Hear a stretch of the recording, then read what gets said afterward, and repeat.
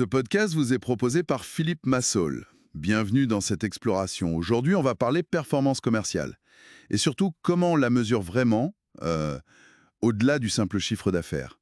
Comment on sait si nos efforts, notamment en prospection, ils payent. Oui, c'est une question absolument clé. Trop souvent, on est un peu obsédé par le volume, les ventes brutes, mais la vraie performance, celle qui dure, elle est ailleurs. D'accord, alors, allons-y. Décomposons ça. C'est quoi les indicateurs qui parlent vraiment? Alors, le premier, et peut-être le plus essentiel, c'est la marge. C'est ça qui montre la valeur qu'on crée réellement. Un gros chiffre d'affaires, si c'est au détriment des marges à cause de remises, c'est pas si bon signe.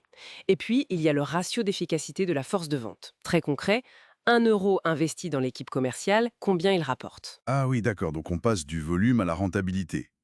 C'est logique. Et Et après la marge. après, il y a les ratios de conversion. Ils sont fondamentaux à chaque étape. Si on regarde juste le taux de signature final, on rate plein de choses. Il faut voir combien d'appels donne un prospect, combien de prospects ont un devis, combien de devis signent. Et ça permet de voir où ça coince, c'est ça? Si on a plein d'appels mais peu de prospects qualifiés, le problème n'est pas le même que si. Exactement. Ça cible l'action. Est-ce que c'est la qualif au début, l'argumentaire, le prix?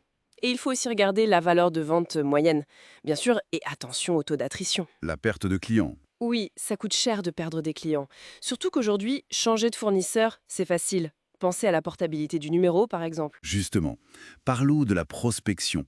On dit souvent que c'est là que le bas blesse. Comment on mesure ça efficacement? D'abord, il faut regarder en amont l'identification des leads. Combien on en génère, par quels canaux, et surtout, est-ce que ces canaux sont rentables? Combien ça nous coûte un lead qui tient la route?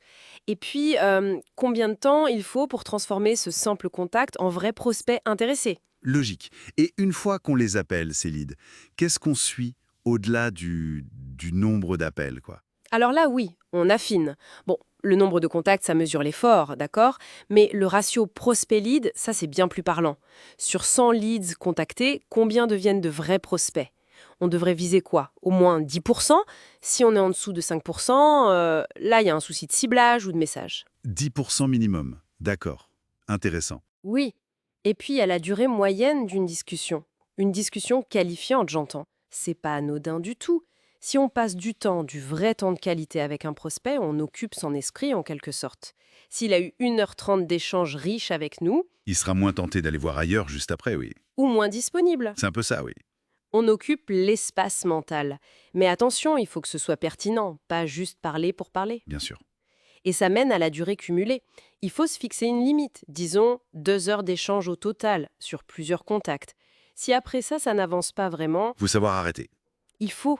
C'est dur pour un commercial, mais c'est essentiel pour pas s'épuiser sur des causes perdues. Se savoir s'arrêter, c'est contre-intuitif. Mais pourquoi cette prospection est si souvent inefficace alors? On voit souvent 3 raisons principales. D'abord, la qualité des appels eux-mêmes. C'est une compétence qui se perd un peu, parfois c'est externalisé, et bon, la qualité n'est pas toujours là. Focaliser sur le volume. Voilà.